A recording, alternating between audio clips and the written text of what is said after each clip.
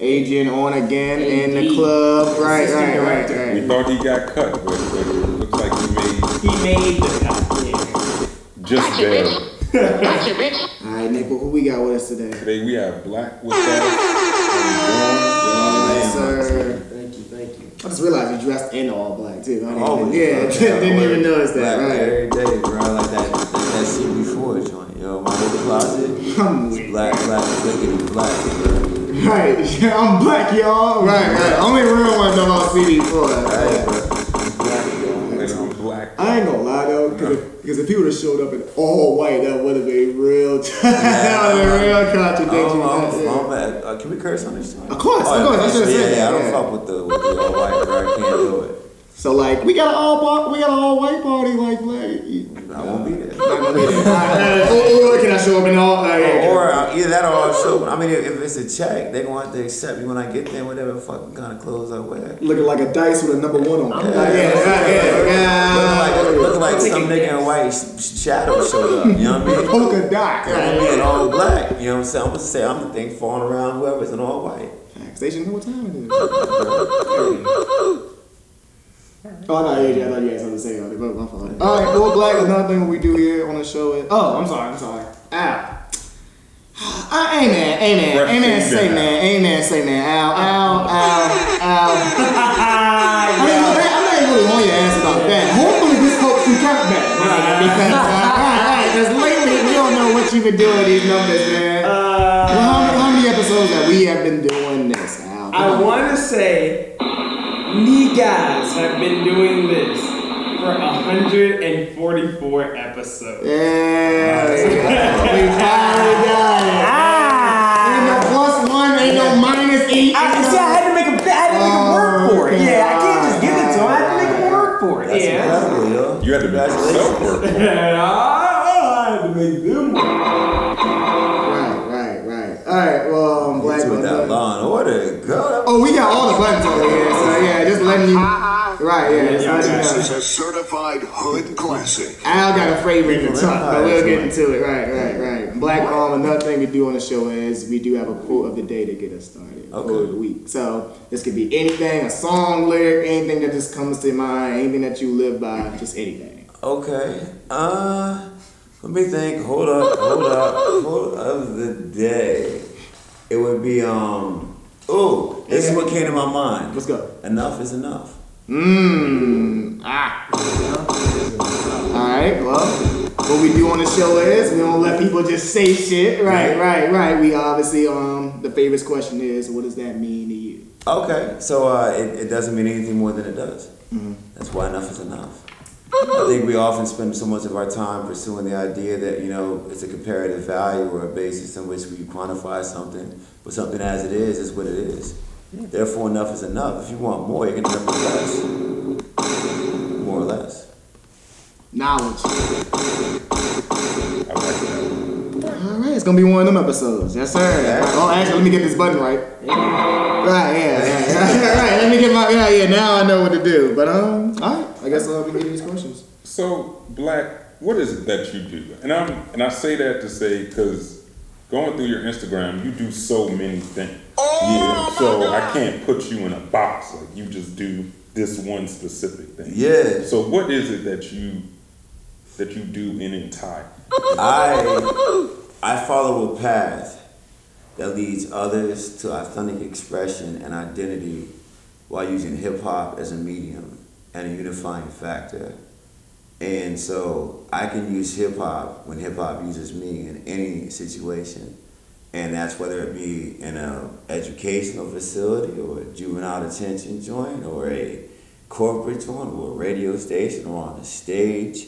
And I'm also now in a metal band too. That's Armageddon song. But I basically just use expression and I follow that path. And I've always just gone wherever it's taken me. And that's it. Like, I don't really have, I've never been a rapper. I just haven't built a rhyme. So, yeah. I do radio and all that too, of course. I teach. But yeah, everything's through hip hop and expression. That's it. And also, I do, as a business, I do for myself what I would want someone else to do for me. And I offer what I do for myself to everyone else. Because success is meant to be shared. Just like how are all y'all here for all 143 days before this? Pretty much. Or it's an open invitation, y'all have a part in it. You share your success. I saw on the Instagram, I mean on the YouTube channel, it was only 2 names that said like, we want to make good videos or something, yet there's 5 of you here technically. So that means that you're sharing the idea and allowing it to build. And that's success. And that's what I'm into. I like that. Yeah. I got one for you, Black. They know me, Playboy. So, what drains your energy, and then what increases your energy or rejuvenates your energy? Oh, the answer is the same on both sides, people. All right. Huh.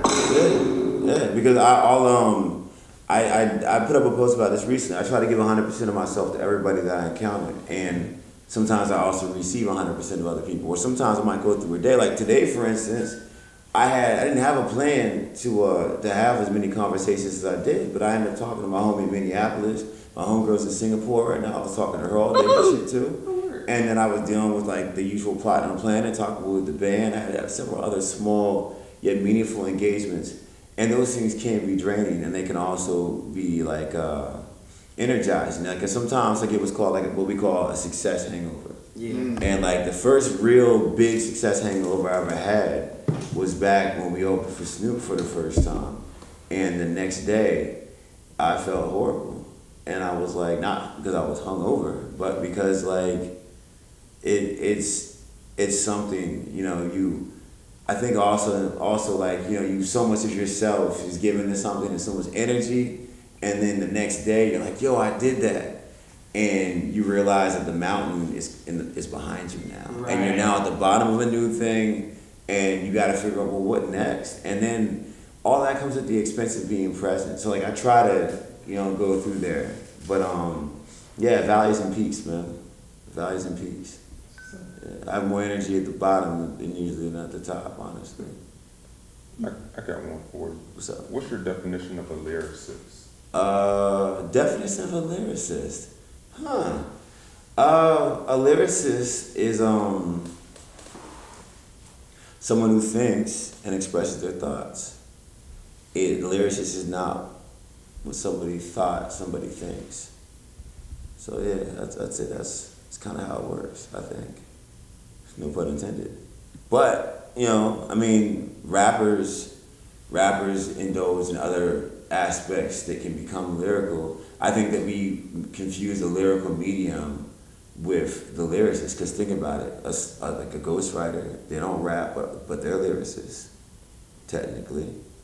So I mean, it's the input and the creative structure within the medium itself. I mean, it's poetry and expression, and it's their thoughts being represented through, you know, this thing. They think about it, and then boom, they share their thoughts. Sometimes, often, more than one may say, the person sharing their thoughts isn't the person who thought them at all. But maybe that's just what I think. That's why you're here. Actually, one of my questions is, how did you get started in music? Oh man, making music, I say. Because the music that was coming out, it didn't speak to me. So I was like, none of this, I can't really connect with this. I'm not interested in whatever, like, the whole trap thing. I knew drug dealers. Talking shit. And the production didn't necessarily catch me. And then on the other side, you can only listen to Illmatic so many times, or Supreme Clientele so many fucking times. You know what I'm saying? Eventually, you end up taking for granted the value of the artwork. And also, what happened is I found myself in a situation where I had to choose between general disdain and lack of appreciation, or simply saying, you know what? I'm gonna do what I need to do, because I know I'm not the only one, you know what I mean, feeling this way. So if I create music and it even goes to one motherfucker who feels like me, then we're getting somewhere, you know, and that's the goal. Is if I can show somebody through my story and the way that I share it that you can make it, you can get through it, then that's worth way more than me getting mad because I don't like Gucci Mane's new tape, you know. So I decided to be the change that I wanted to see. And then everybody kept saying that like stuff was impossible and that you couldn't do this and you couldn't do that. And I was like, why not? Why not? Really? Like, why can't that's my problem. Yeah, they all like, you know, I can't do this or you're not going to be able to do that. You know, I was slinging tickets to that Snoop show and nobody believed I was on the show. They didn't believe until I stepped on the stage. Yeah. And then I had a moment, and this is something I don't talk about often. I had a moment. I stood on the stage, right? And it was a weird experience. So my man White Pie, right? My man White Pie, a lot of bread, yo. I'm talking like Panera. And he looked us up. We drove there in a limo. It was like going to my funeral. It was weird. But I stepped out, and when I hit that stage, bruh, there was a scream. I just blacked out. And then when it was done, I'll never forget, I was standing there and people were like really like going nuts. And I was like, yo, people actually like what I do. You know what I'm saying? Holy shit. Because you go around often feeling like nobody really likes this shit. And then, and then I pointed at this kid. I looked in the crowd and I was like, yo, that's like a 12-year-old kid. What's he doing in the Snoop show? And he was with his mom's. And I was like, yo, I'm not even supposed to be here.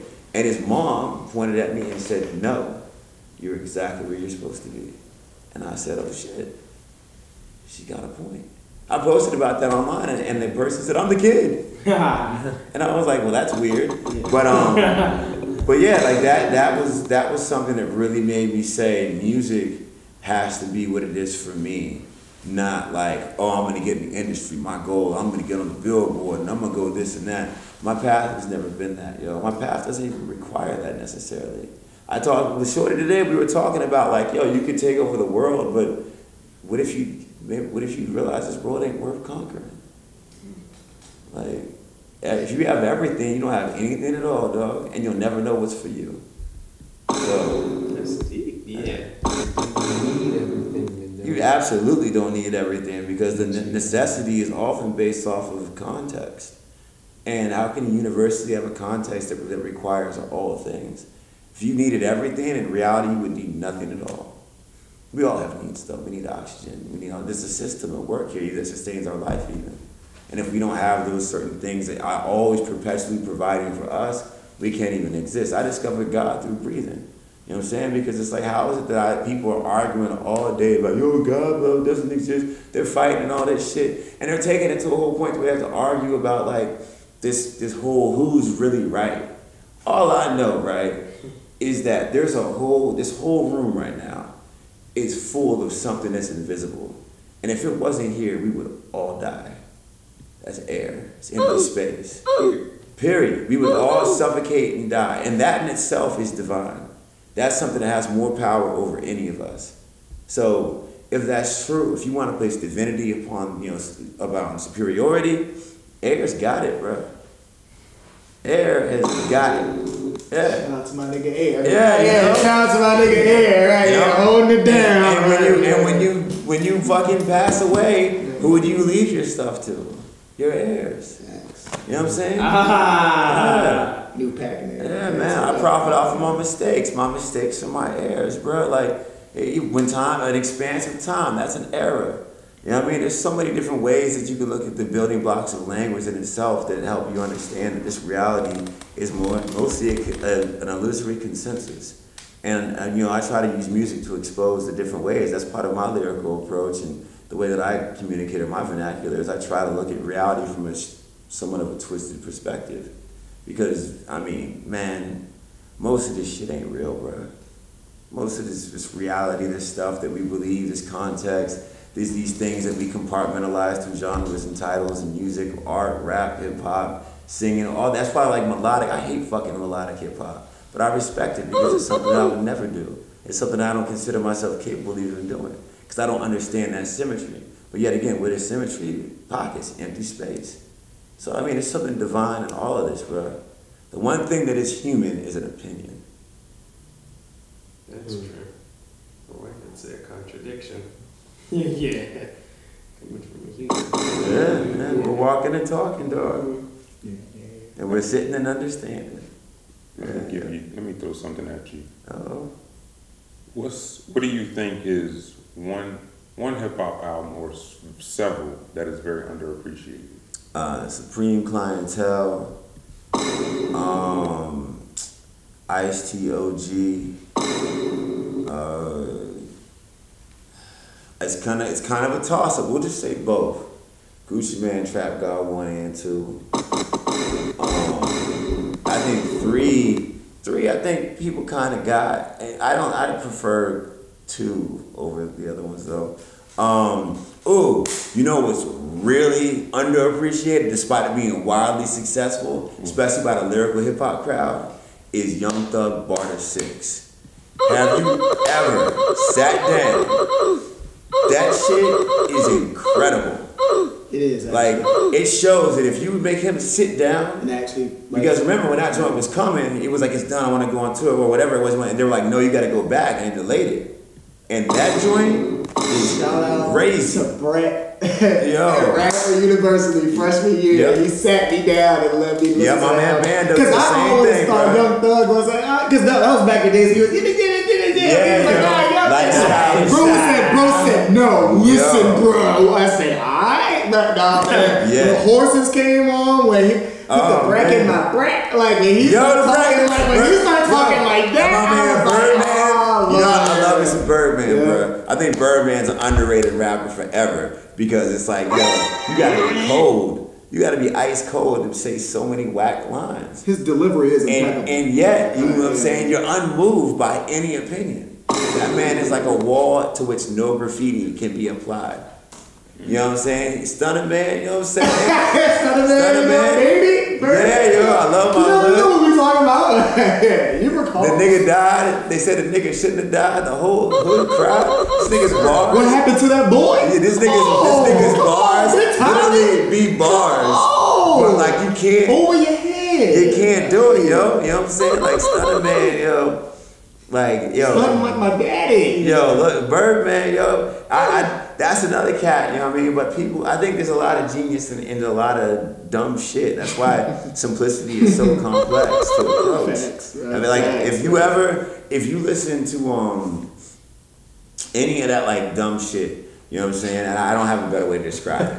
But you listen to that dumb shit, right? And then you try to go into the studio and make some dumb shit, you realize how smart all the niggas are. Ain't that easy. And that is genius. Genius. I get tired of hearing the same 808s, sprinkler hi-hats, and melodic cadences and different things, but I respect it because I know that shit is incredibly difficult.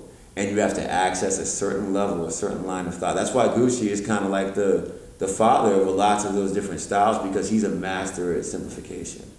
Like, that man, Gucci can rap. The reason why I don't like Gucci Mane's new shit is because the nigga actually is rapping. It's like Silk the Shocker. If he gets on beat, he's whack. Speaking of which, charge it to the game. That's another joint. It's got If I Don't Got It on it. Man, listen. And if I don't got it, why we have it so close to snorting powder? What? Got a few bitches, but they all about $1. They ain't gonna holler? What? Man, listen, yo. I can do this all day. Talk that Silk the Shocker shit. Hey, Silk the Shocker, look, Mr. He was recording just punches before any nigga. Before any nigga, bro. Nobody was doing that off the top, running back shit. They was recording on tape, probably. They had no Pro Tools. What? The Shocker, bro. Go back and run charges to the game, bro. I'm telling you, man. I gotta go back and listen. And listen, I'm telling you, listen to it and imagine Silk the Shocker dropped that album today. Do it that way. Divorce yourself of all the opinions, all the terrible things that you seem like is acting in Hot Boys. Stupid shit. And listen to that motherfucker, y'all. Hot Boys was a vision. Hey, that was a vision, goddamn. You seen that joint? Oh yeah. We in the film. We'll wrap about that later. That nigga said, I'm gonna talk about girl right now. I said, yo, this nigga took me to go back to acting school. All of them couldn't act, but it was beautiful. Yeah. Handle your business, fucking about it, bruh. They were better actors than the Hot Boys, though. That's for sure. I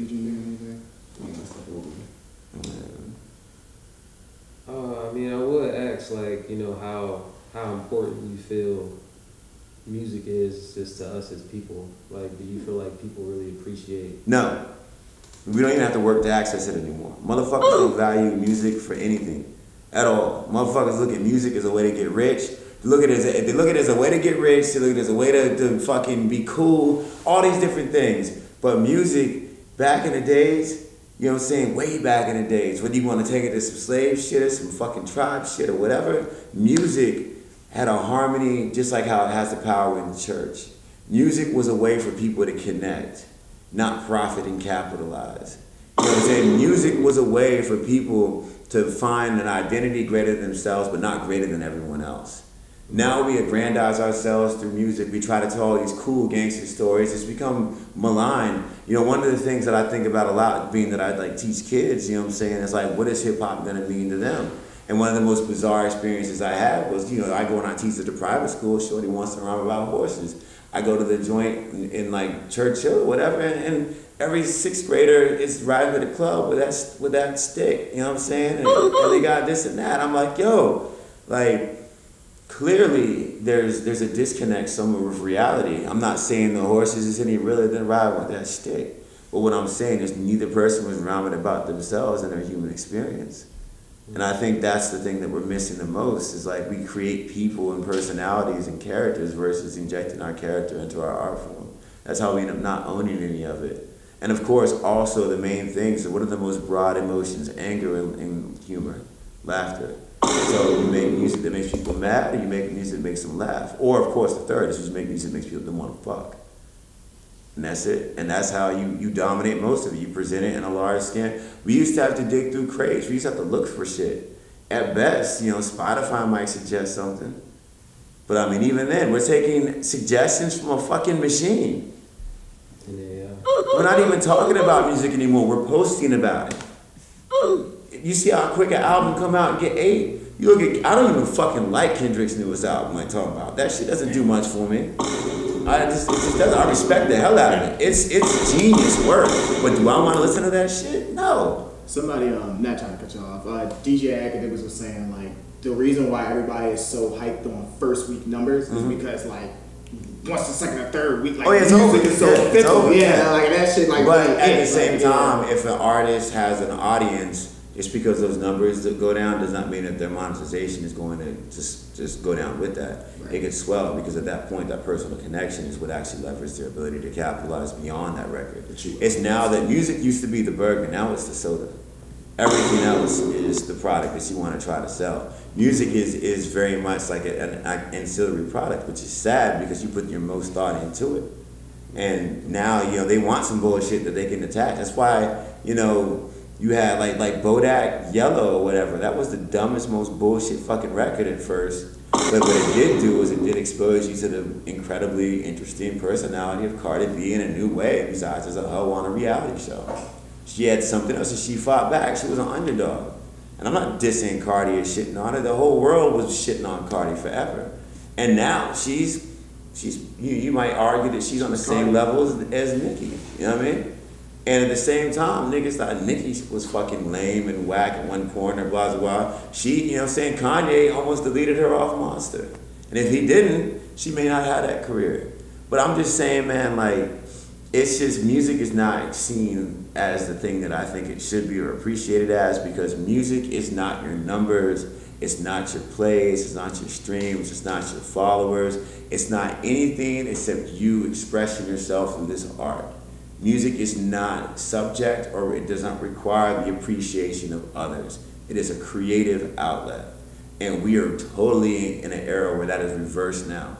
Music's value is based on the numbers of the volume of consumption. And to me, that's the saddest shit.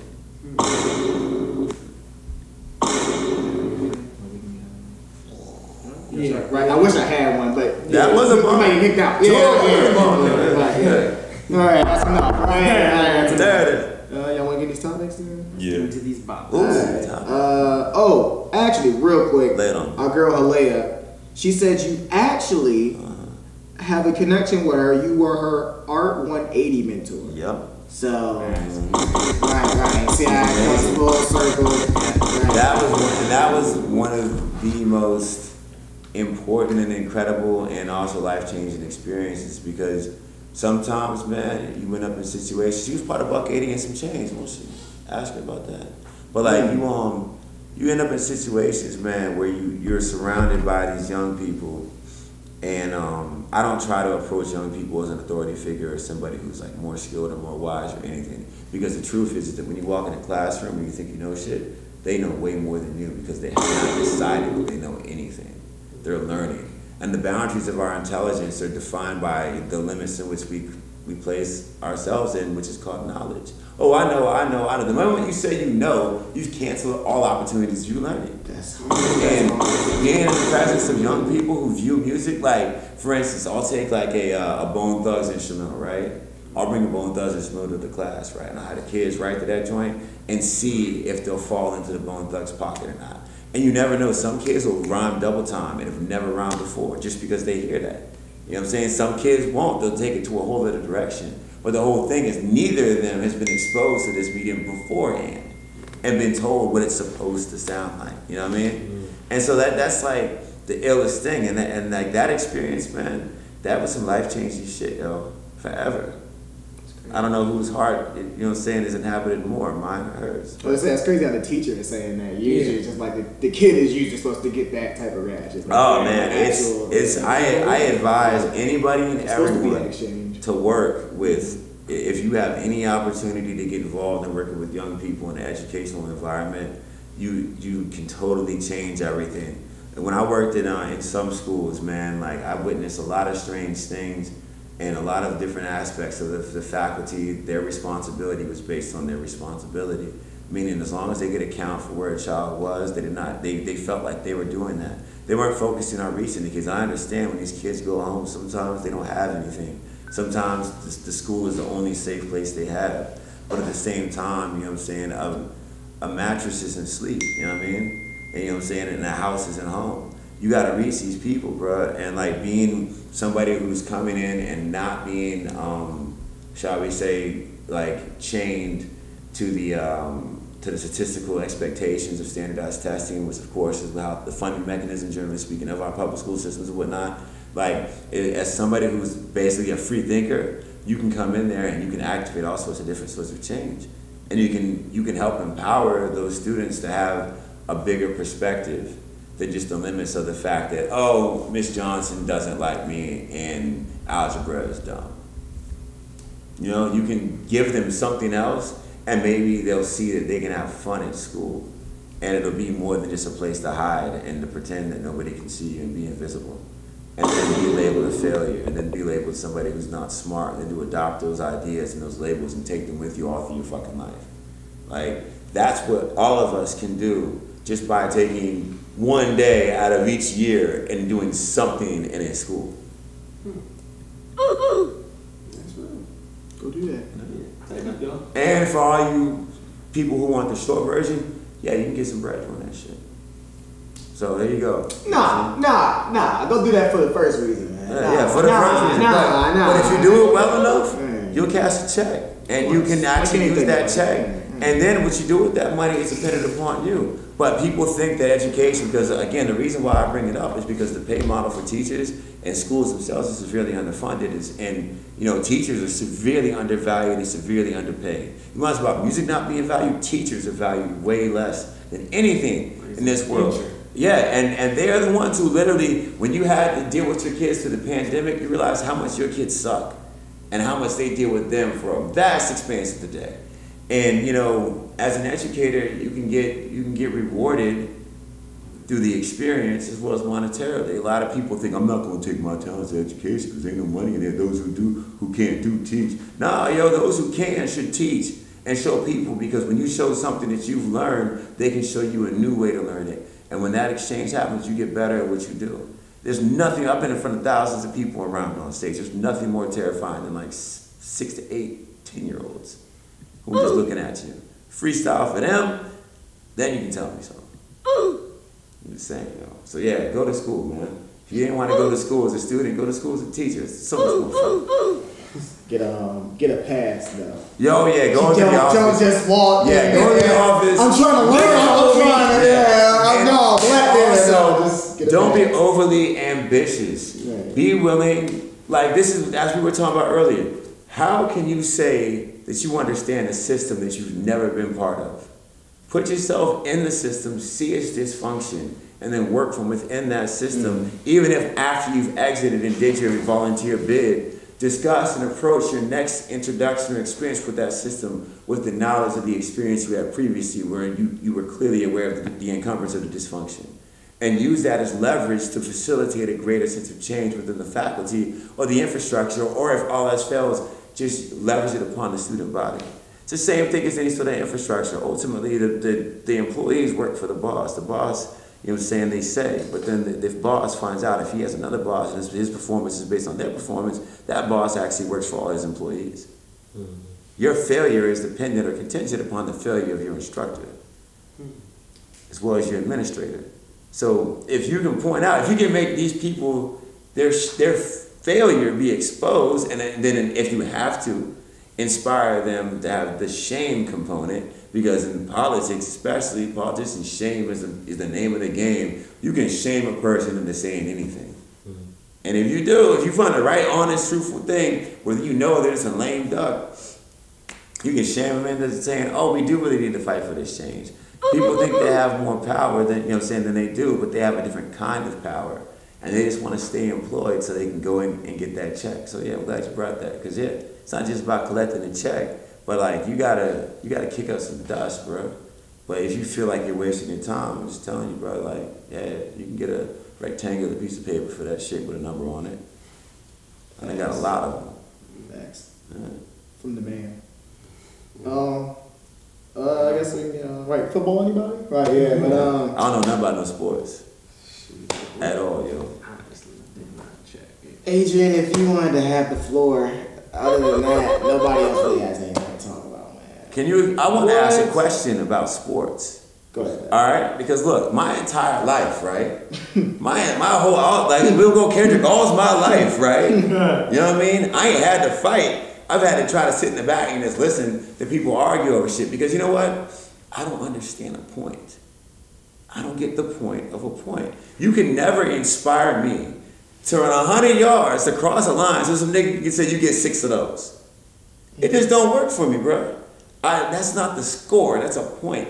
And I don't understand it. It doesn't inspire any sort of like, I get it, I understand perhaps the camaraderie of like this team versus that team, but like if anything, like my brother, for instance, right? Every time the 49ers lose, this nigga get a new phone.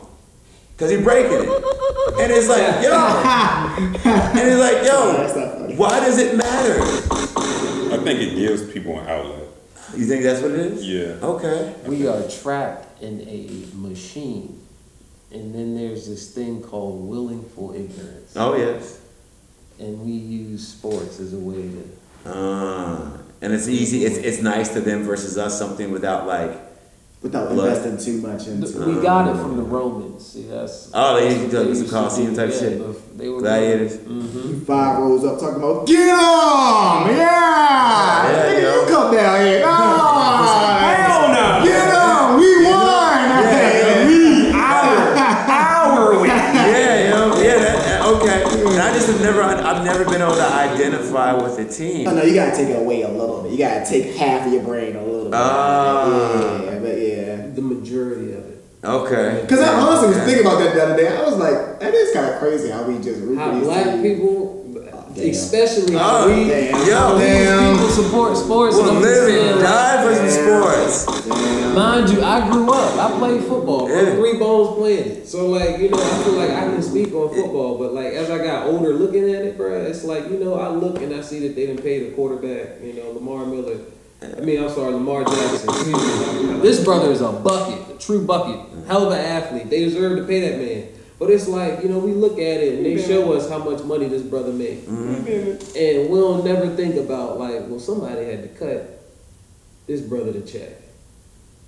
I mean, and I say all this, of course, to not like ever degrade or diminish the amount of discipline and talent and just unbelievable natural born gifts these people have. But at the same time, if you're telling me that I can jump like, 12 feet in the air? Some shit, I don't fucking know. I can jump, nigga, I'm not motivated to score a point because of that. You know what I'm saying? I just don't feel it. I had my homie, I was a fat kid growing up, you know what I mean? And my homie, he was like, my man White Pie, I'm gonna do for y'all. For Yo, I'm gonna do a white pie impersonation, all right? An impersonation. Are you ready? He was like, man, I bet you can slam dunk. And I was like, nah, bro. He's like, just try it. And I could. And I said, oh shit! I can slam a basketball, dog. And then he's like, I'm so mad. I can slam one. Hates on you, right? Yeah. Right. You just wasted it. I was like, nigga, shit. I can slam dunk a ball, bro. I'm open out this bitch. You know what I mean? But, you know, my brother, he kicked me off the court when I was real young, you know what I'm saying? I took that shit personal, and I picked up controllers, and I beat his ass in Street Fighter relentlessly till he broke my G.I. Joe toys. Yeah, bro. Trade on get back. Yeah, I can do the dragon punch, bro. Pick up the sticks. Yeah, bro. Shut up, man. Fuck this shit. That used to get so mad. And then it was like we can't even play 2-player games together no more, Pick up the cuz. sticks, right? Yeah. Man, to hell with that. Yeah, bro. Like, so I mean, but he'd get me. He'd be like, all right, let's play this football game. And when I was like stupid young, he'd be like, yo, just choose. Yo, you know what will help you get ahead? Yo, that's why they call special teams. Use that. Got him. You know what I mean? So I'm punting on first every time, bro. Foul, bro. The foul is. Yo, the other joint, there was an old school joint where you could do review to play. And then call a flag on it, and then he'd have me choose like the less favorable thing because you get a yardage. Yeah, that's old man right there. Accept the decline. Accept the decline. Do the decline. You fucking bring it out. Touchdown. Yeah, on 4th and 53. I'll be like, why is it your ball now? You know what I mean? You did something wrong. Every single time. Hey, brothers in the club, brothers in X. I do it for you. Come on,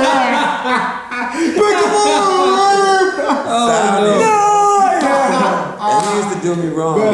Kids are jerks. Why is the score 68? Right, yeah, the 0. Yeah. In the second quarter, right? Yeah, so I broke the ball. Yeah, you don't want to play the ball? Yeah, and then you know, you don't want to play the ball? Oh, and then don't let me use it any football game. Don't let me run, right? A slant, right? I run a slant, I throw the pass, right? Now listen, y'all can help me solve one of life's greatest queries. There you go, I hope that made an itch for you. One of life's greatest questions. Is it cheating in Madden if you throw the ball and let the computer catch it? Yes.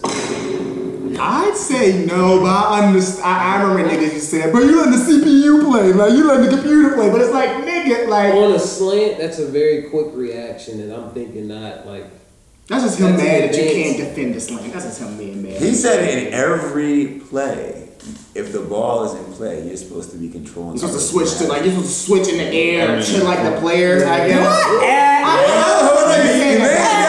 like that. That's a good question. Me, you know, I used to play Man 2004 a lot with my brother, and I would get the Vikings, and I would just throw, you know, a fly to Randy Moss. Now that's not fucking fair, because I would switch on to Randy Moss, all you gotta do is press triangle, and that's just that's easy. Mike Wallace? So you switching on you switching on the player in the air, that you saying? So you just playing the quarterback. As long as after you catch it, you're right. Yeah, after you catch, yeah. I mean, cut in, and then you're good, usually, on the Hail Mary. I mean, he'd be like, yo, you letting him catch that pass for you. Nah, that's shit. That's But I've been within the room, and I'm gonna use a technical term of niggas. And this has been the standard rule. Talk to them. They've been mad. They've been like, yo, you gotta do that. So I was always wondering, that's man. Funny. Like, but I mean, you play like 2K. Now basketball, that's a little Well, different. basketball, in that, right? it would get tough in my house. Okay. Me and my brother, older brother, love you, Brandon. Do you play computer D? That's the topic. No. Oh, I did for the longest time. That's even in football. That's do you let the computer be the person who covers the wide receiver, or do you do it yourself? And yo, I used to in 2K, you gotta do it yourself. You gotta do it yourself. Football, I would play free safety or whatever. Like linebacker. Palomalo was my guy. And then you could watch whatever the play happens or whatever. But basketball, the guy with the hair, right? Yes, sir. See, look, I'm a sports genius. There you go. That nigga retired 19 years ago. No, he retired a couple years ago. But definitely. He retired? Where did they go when they retired? They get turned to glue? Or become Republican senator? You know what they do? They rob people in, where is it? Minneapolis, Mississippi. Thank you, Nick. Right. Wow. And that brings us to the topic. Brettt Farve. Right. Oh, this nigga here, So, bro. I just, guys, we live in a country where Jameis Winston can steal $40 worth of crab legs. It's a crime. Talk to him. But this guy's a hoodlum. He's a crook. He's no good. FBI, open up! Jameis Winston. FBI, open up! Here we have Brettt Farve. White guy, golden boy. White guy, golden boy. He can throw 4 picks in a game, 1 touchdown. They'll still give him player of the game. I don't get it. Brettt Farve stole millions from the state of Mississippi with the aid of the governor. Hold on. Where'd he steal from? Welfare? The welfare. Mind you, they ain't really got water. Did you see the water in Mississippi? Has anybody seen the water in Mississippi? Brian. I bet you those millions could have went to better pipe. I don't know. Golden boy. Brettt Farve hustles millions of dollars from welfare. He's inducted in the Hall of Fame. Boy, ain't no way, boy. He's a Hall of No Famer. fucking way, boy. Then you want to put these in racism shit on the FIFA cups and shit. We're fighting racism, man. I haven't heard them say one thing about Not one thing. Not a Wrangler. That man's walking in some Wrangler jeans right Yeah. He didn't go too far. He went too far. And that's exactly, bro. And this is the thing, man. Is that it's those game of standards, man. Like, yo, how, bro? How? Oh yeah, remember it's for the his daughter's volleyball team. And Daddy's little girl. In the news version I heard of this is that was the thing, is that this fund that he was siphoning money from was supposedly like for community like leagues and things like that of like whatever in that kind of recreational nature. But it's a common fact that the entire area is broke as fuck. So like Favre, and plus Favre, you dumb rich, bro. Like, you dumb rich. How much you money could have opened a 501c and did the shit yourself and got money back. Trust me, white people, y'all always gonna get y'all money back. That's never a problem with y'all. Like, I don't understand. You could have got the whole team. We ain't gotta worry about anything like it's getting a return. Y'all always somehow, some way get y'all shit back, bro. Because you can afford. Come on, you can afford the lawyer. You can afford the accountant. Thank you. Like that shit always That was blows my main mind, bro. point, bro. Like I saw that, and the saddest part. Wrangler jeans. The saddest part is that I wasn't surprised. I personally don't think he'll get charged and go to jail. Fuck no, he's not getting charged for nothing, It's bro. just me. Wrangler. Yeah, absolutely. Because he's insulated. You know what I mean? Like they pick 1 or 2 motherfuckers out the league, which is the League of Extraordinary Capitalists. They pick a few every year and they do something with them, yo. And right now on the list, as we're getting to the 4th quarter, Alec Baldwin's in the running. You know what I'm saying? They might get him. You know what I'm saying? But only because he went on there and did that interview, which was like the equivalent of R. Kelly saying, "Well, how old are we talking?" Same kind of shit. You know what I'm saying? I didn't pull the trigger. Dog, it's a gun. The very function of how it goes off, especially like I believe it was like a single action, fucking trigger. You did it, you shot the broad. Just own it, bro. But instead you want flex. Well, you like that. You like fucking Durst, the killer dude who has an HBO documentary. Dahmer. No, not Dahmer. Durst. Robert Durst. He does have one out though. Yo, Dahmer, y'all watch it. Yeah, my mom was watching Yo, Durst. Y'all look up fucking Robert. That nigga, bro. Durst was that's some shit. You know what I'm saying? They got locked and they said, well, you probably your bail shot could be like $50,000. Yeah, he said, well, I don't have it on me. Like, he cut a dude up. After he killed him and beat that shit. The only reason he got caught is because he did a documentary and got busted and went to the bathroom with a live mic and talked to himself about how guilty he was. And then they were like, yeah, nigga, like, run it up. And he died in prison or some shit. Adrian, we would have been in the bottom of the jail. But they pick a few of them. They're not gonna get Trump because Trump is gonna have some sort of loophole, you know, that he'll use to turn around. They'll go for Alec Baldwin. Brettt Farve, they won't get that guy. They'll distract us, yo. They'll figure out some kind of way for him to slide away. Plus, he might do like community service or something. Yeah. Wrangler will get back to you. Yeah. Look how sorry he is. Like the Patagonian guy, man. You know, they're saying he gave his business away, that major amount of his fortune away. I saw that. So that he could get so he wouldn't have to pay $760 million in taxes or something. So it was actually more profitable for him to recontextualize his business as something that's going to be environmentally conscious. And he still has the ends to somehow manipulate those funds and the angles they go.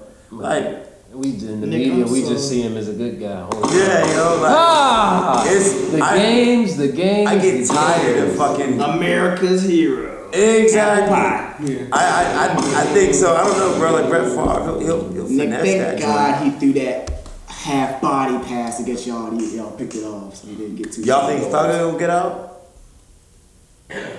Who? We might as well stay on it, right? Yeah. Yes, eventually. Eventually. He gonna do some time though. Oh, you think they gonna hit him? He'll cop out? No. If cop out means what? Plea? Yeah, plea. Yeah.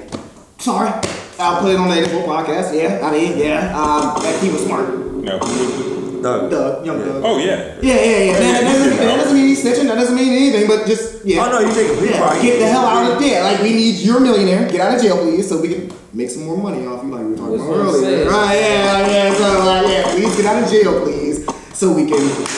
Right? Yeah. Ski. Right? Yeah. So I feel like that's a flex. Like I feel like they just really pinched him just because like when you a black man and you get that status, like the powers that be can just. But that's a RICO case, though. And that's the part. Like if it was regular circumstances, get out of a RICO case.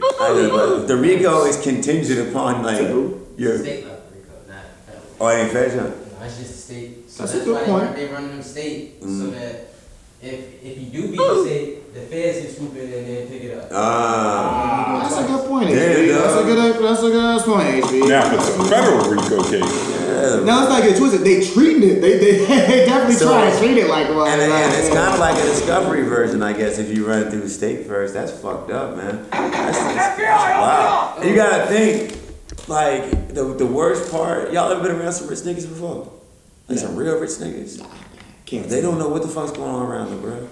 Because there's so much, you know what I'm saying? Mm-hmm. So, like, chances are what if somebody in this infrastructure was really out there wild and doing crazy shit, you know what I'm saying? Or maybe calling shots and whatnot. I find it kind of unreasonable, like the thing that they used was the rental car. Like he rented the car, the niggas did the thing in. You really think y'all thought it was gonna be like, hey guys, go rent that car. Go shoot that nigga. Like, King Slime, that's my King Slime impersonation, by the way. I hope you enjoyed it. It'll cost you $9. The numerologist. You said what? King Simon, the numerologist. Yeah, I would hope he didn't. I hope that's not. Yeah, well, he's certainly not lonely with I feel like it's a power a flex. Like once you get to that status, if they can get you, and people like you gotta understand the control that you have. Like I feel like in music, when you at that level, when you got millions of people streaming your songs, and mind you, I don't know if y'all be looking at these concerts. It'll be black kids at these concerts. No. Oh no! It's definitely Ice-T home invasion all over again. But the other thing though too is you gotta realize that like, all right, they're just like the music is not where he's making his money. It's everything else around it. And I mean, it's like the sophistication of it could happen overnight. Like the softcore version is like looking at Jay, Dame, and Leor. You know what I'm saying? Like Jay learned a new level of fucking game from Leor and slid off. Dame went out there being ignorant about it, but at the same time, thuggish people in the world they're coming up in, they could have been wild and crazy and coming up, and they finally got somewhere that he reached the point where he was like, yo, I'm getting out of this. But because these people are under him, chances are, man, they went and did something. And then you go and you do that fucking Rico shit, you tie a nigga up into something, and then you hem him up and you apply the pressure. And you also, you damn a man's career if he gets out and his people stay. That's why, like, the one thing I'll say, despite the fact we can say all day, like December 26th in the Christmas ornament, this nigga Jeezy done fell off, right? When he got locked up that one time where his album came out, he did the smartest thing he could ever do. Was he didn't get out till they let all his niggas out with him at the same time. Because they were like, you can go. And he was like, instead of yeah, he was like, no. And he stayed there, bro. You know what I mean? And I mean, that's smart. Yeah, and that's why it's a minor story to niggas. When that, to me, that's the most important story in Jeezy's career, in my opinion. I don't know why he be running around in them shorts and shit now, trying to be all fashionable and shit. You know what I'm saying? Like, but he switched his whole shit up, bro. You know what I mean? You know why. I mean, he is the most non-threatening version of Jeezy after he went threatening political style with all that shit. When Gucci and him did the joint and the Poop Loke thing happened and all that shit. And then he tried to flex, like, but I own more property. It just turned into a whole, like, other fucking thing. And I don't think Jeezy will ever, like, he did an interview with, that dude who's the Instagram fucking, like, entrepreneur, Mark or whatever his name is, the guy with with the dark hair. He's always talking, Gary V. That's his name. He's in a joint with Gary V. And it's on Rock Nation or Def Jam's YouTube. And Gary V told Jeezy, you can do anything, right? But you just gotta keep making music so to validate it. So it's like, yo, what's the last time? I hear niggas riding Jeezy sometimes. It's usually like the first two joints, you know what I mean? Niggas don't be listening to new Jeezy. But because of the fact that Jeezy is not stop making music and he can pop up on a feature or some shit, he can go and still do any kind of iconic thing with an endorsement of the streets. But Gary Vee was like, they gotta stay in touch with the streets. But notice how you don't hear shit about Jeezy, bro. You know what I'm saying? Nothing. Besides that he got married and had a baby. Big Meech said he coming for. You said what? Big Meech said he coming for. Oh yeah? Because he was like, he didn't like the way he carried him when he went to jail. I believe it, but who knows? Contact him or something like that. Who knows, man? He probably just said, don't approach him like that. You and Jeezy ain't cool. It's one of my favorite Jeezy lines, yo. Red paint inside peanut butter. Victim says Mystical forced her to pray with him. Oh, yeah. Body of bad spirits before allegedly raping her. And this is what I wanted to talk to y'all about as far as this church that y'all keep going to. That's this tax write-off. Understand, you know what I'm saying? I find it interesting that the people that follow this book over there on the other side of the world got a problem with touching little boys. You ever go to a cathedral, you look, you see the angels, and then you see the little naked boys with them. Don't nobody say shit. You find out R. Kelly, right? Where he start off doing music. Where? In the church. Yo, R. Kelly Talking about a girl, you ever been with a shawty who was a church girl? Oh my God! How was she? Did you have to wait? You let me know. What? What is going on with what y'all teaching on Sunday? Talk to me. Well, In this book, you know, where it says don't do these things that we live by, allegedly, you know. Dog, have you read the story? I had to look it up. yeah, I see him scrolling through. Dog, yo. Come on, Mystical. Yo. Y'all messing up all my music. Yo, they say that Mystical, this broad stole $100 from this nigga, right?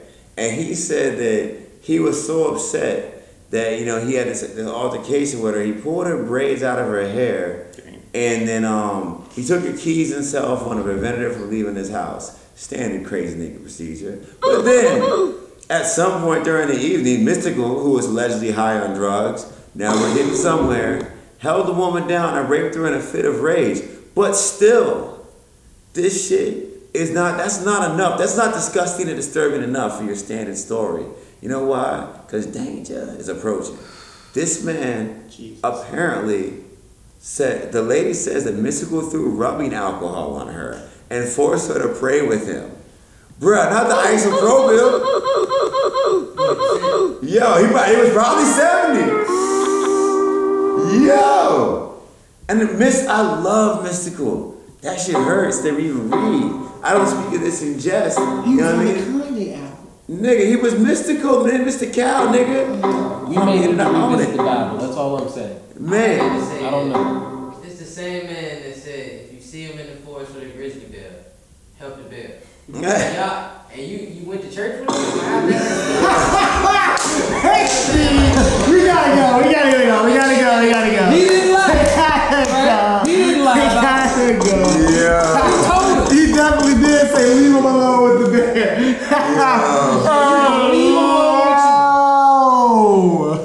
That quote is totally different now.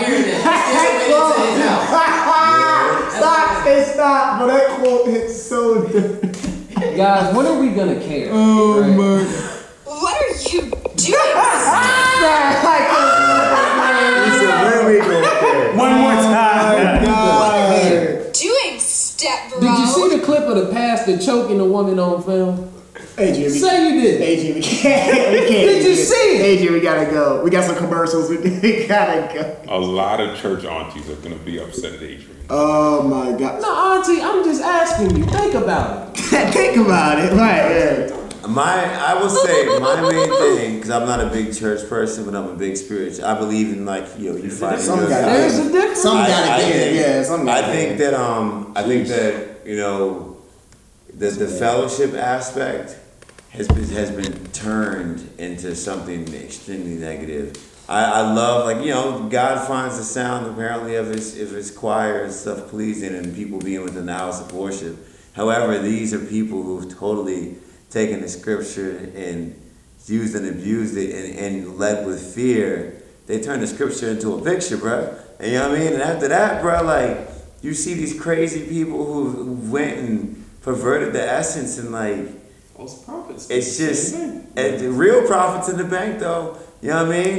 It's like go say, ooh, Rev ain't right. You know what I'm saying? It's disturbing on a whole other level. And you have to ask yourself, why are there so many, preachers who are pastors, whatever, in the Catholic Church, for instance, who were guilty of molesting children? Why are there so many corrupt reverends and people like that? And it's and then also, when do we as a society decide to divorce that from religion? Even if it means no longer being able to go into that church. When are we going to look at faith as faith instead of all these other things? Because all these people are using faith to poison others, man. And that to me is terrifying. And we don't hear about it. We hear about one out of God knows how many things, bro. You know what I mean? Think about how many pastors are doing that just here in the city. Man, I'm trying to tell you, bro. You bet you safer going to see Pastor Troy. And black folk don't talk. We got that thing What on stage in this snitching. house? Yeah. We got this thing on snitching where we do it, but we don't do it, right? Because the gangsters, they do it. They snitch. They snitch. But then at home, you know what I'm saying, Because there's a social and a family shame and a stigma that gets attached to all that. And it's just bruh, when you shame evil, when you make evil something that is repelled to your own personal sense of shame, you're totally enveloped in a system that is corrupt on the inside and out. And it's sad that a lot of our religious institutions and infrastructures represent that model, bro. I mean, and also, just to speak on R. Kelly, the most ridiculous story that I heard in that whole case is how he had the broad that came out from underneath the boxing ring. Did y'all read that shit? A broad literally just came like a chair in a pro wrestling match. So it just came out from underneath the motherfucking ring. Yo, and that's the thing. It's wild fucking funny, but at the same time, that maniacal level of creativity, you only get that in the church, dog. You don't get that in the studio. You won't even find that shit in the closet, my nigga. That's in the streets. Well. Alright, well, ladies and gentlemen, unfortunately we got to end on that. We'll get some announcements off. We can start this way, Al. Go ahead and get it popping. Keep it short, keep it sweet. Y'all need any financial help? Your taxes done? Started a business? need some advice or whatnot, y'all need to, some consultation. Yeah. Y'all need to go to Fiscal Fitness, Tax and Financial Services. That is Fiscal Fitness, Tax and Financial Services. That is my father's business. Derek L. Alford, been doing taxes over 30 years. Well, that's a big question, bud. Yeah, I know y'all been doing y'all thing and everything, but where y'all be at, man? Where y'all be at? 2650 Hall Street Road. That's 2650 Hall Street Road. The phone number is 804-321-5766. That's 804-321-5766. Y'all, it's right at the intersection of Hall Street and Midlothian. Right across that Citgo. Right across the street from Citgo, y'all. Right on the corner. That's Fiscal Fitness, Tax, Financial. So you be in there? You know, every now and then your boy be up in there doing some taxes and whatnot. You know, I be doing my thing a little bit. Like that. Okay, Bodak. Right. Something like that's who's doing that, ladies and gentlemen. Right, yeah. He got you. Right. Anything else, my guy? Love your mom. Love you, A. Love your family. Thank you for coming on. You're welcome. I do want to sprinkle a little bit of crack on y'all real quick. I do want to say one thing. To all those out there, I'm going to post this. Like, this happened to me earlier today. We thought about this. It came out of nowhere. I want to share this one thought with you guys, okay? Social media, right? You post on social media, you have a following. At best, 10% of your followers see your post. That means that if you posted something once, you posted it 0.1 times. So if you haven't posted the same thing 10 times in 10 different ways over your 3 different platforms, more than likely, you haven't posted it once. Consider that. Well then. So hit the poster. H-Train's famous Armageddon time, and this holiday season, when it gets cold outside, yes, sir. I do not want to see none of y'all niggas in turtlenecks. Alright? Damn. They had it already laid out. Damn. Yeah. With the chucker boots and the little overcoat. Oh, not the peacoat, what are you doing? Looking like Drake on the goddamn looking like Take Care, right? Yes, sir. Hey, that's a fit now. That's a vibe. That's a vibe. Let's focus on fiscally fit taxes. Oh, there you go. Make that fit. So while he over here, while he over there doing your looks, don't be over there working on your looks like this, bro. Like we canceling or retiring all turtlenecks, bro. That's tough. Let Bandit Brain take care of it. Yeah, one condom is enough. Your body doesn't need to be in a prophylactic. What's wrong with y'all? What is wrong with y'all? Agent, do you have a follow-up? Right, yeah, all of that. Hey, pull up. It's an event at the Boutiquerie on October 2nd. Might be doing some time. But for real, RVA got a real cool music scene, so a lot of artists gonna be there. So if y'all wanted to fuck with some of the local artists out here, definitely pull up. Heard you perform. It's possible. It's I possible. don't know where you heard it from. It might tell a couple jokes. Perform. Very grateful to meet you, brother. Likewise, I appreciate this has been fun.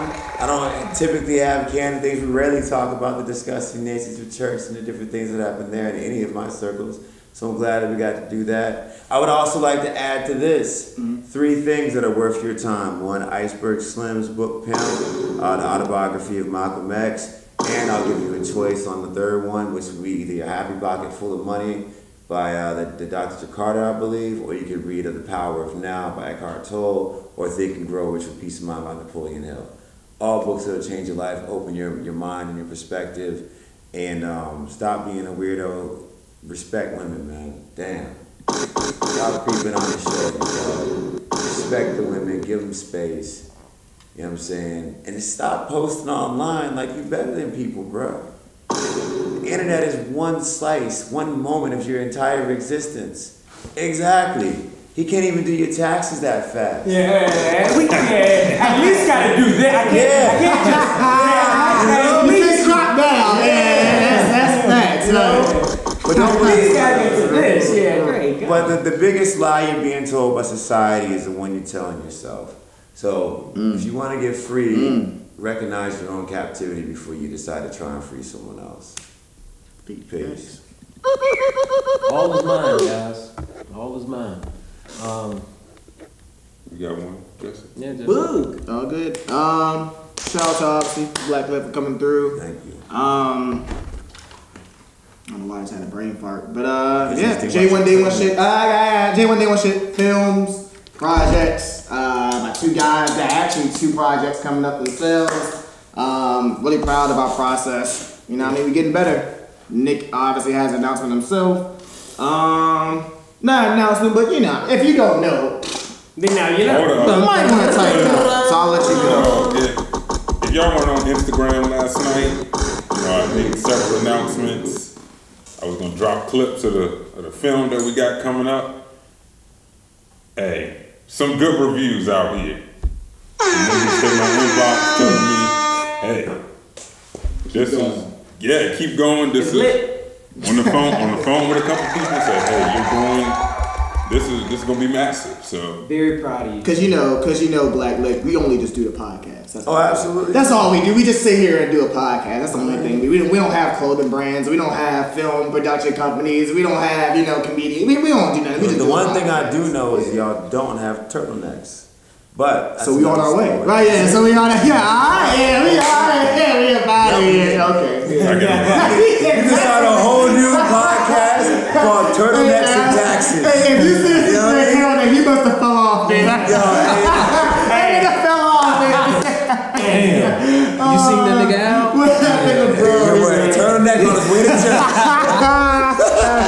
Hey, what was he listening to? Some R. Kelly. Remix with Mystical on it. Right. You know what I mean? With the remix, right. But Nick, go ahead and finish. My fault, brother. But yeah, it's right. This project is big. What's the name of it? I don't have a specific name for it. Okay. But that'll be the name for it will probably come out once we finish filming. Excellent. We didn't even think about that, honestly. Yeah. I'm gonna keep it simple. Something with like 12 different names. Nick is the greatest of all time. Yeah. Period. Yeah. Right. I can relate to that. Right, yeah. I'm gonna go see that. Turtleneck and Taxes production. Right. You're right. But as far as name, I want to try and come up with something. If not, I'll keep it simple. Sure. Right on. Liq, you got any last final words? October 2nd is Sunday. Me and my band will be at the Camel Armageddon time. We're going to destroy you one last time before we hit the pause and start working on our LP, and we're working on a couple out of town maneuvers. Yes, sir. And I'm an album project getting announced soon, a new hip hop EP produced by a certain super known producer from Richmond. I got that coming, and just remember, man, you know what I'm saying, if you spend the majority of your money in the form of cash on things that you can pay with a credit card, you're doing yourself a great disservice. Get a credit card, pay the balance off in full, which would be the equivalent of the cash. Do that month to month, develop financial literacy and discipline, and build your credit score so that you can have greater access to this utterly deteriorating economy and system of capitalism that we're forced to live in because we just can't seem to find a better way. That shit. And then get your taxes done, and right off that turtleneck you buy. And don't go to church. Well, I mean, you can go to church. And drink fucking water. Oh, yes. You respect women. Yeah, look here, stop acting so thirsty. We gotta get out of here, y'all. I don't think it's too many quotes outside. I don't know how many sayings you can do. Nick, take a drink some fucking water.